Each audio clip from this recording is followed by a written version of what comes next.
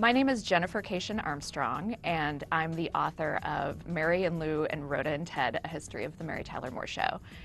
And I'm going to tell you 3 things that you may not have known about the Mary Tyler Moore Show, even if you're one of its biggest fans. The first thing is that actually, perhaps its biggest fan of all time is named Joe Ranoni. He started writing them letters when he was 20 years old and an accounting student from Rhode Island. Every week he was going to write a 5-page typed letter that would analyze that week's episode, and he thought, he might be giving them valuable information and feedback. He started doing that, and about halfway through the first season, he got a birthday card from them.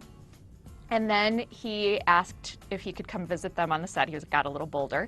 And they said yes, and they actually invited him out for a week, took care of him, and in fact stayed in touch with him until the end of the show, and he was able to come back for the finale. The second thing is that producer James L. Brooks, who was very afraid of speaking in public, it should be said, was invited to speak on a panel with Gloria Steinem at a huge feminist conference in Texas about women in the media, and had, almost a little dust-up with Gloria Steinem that still seems to kind of haunt him. Steinem was moderating a panel, and she started off talking about how Mary Richards had asked for a pay raise to equal that of her male predecessor, but didn't get it. A lot of feminists felt like Mary Richards was not enough of a women's liber for that time to be the representative of women on television.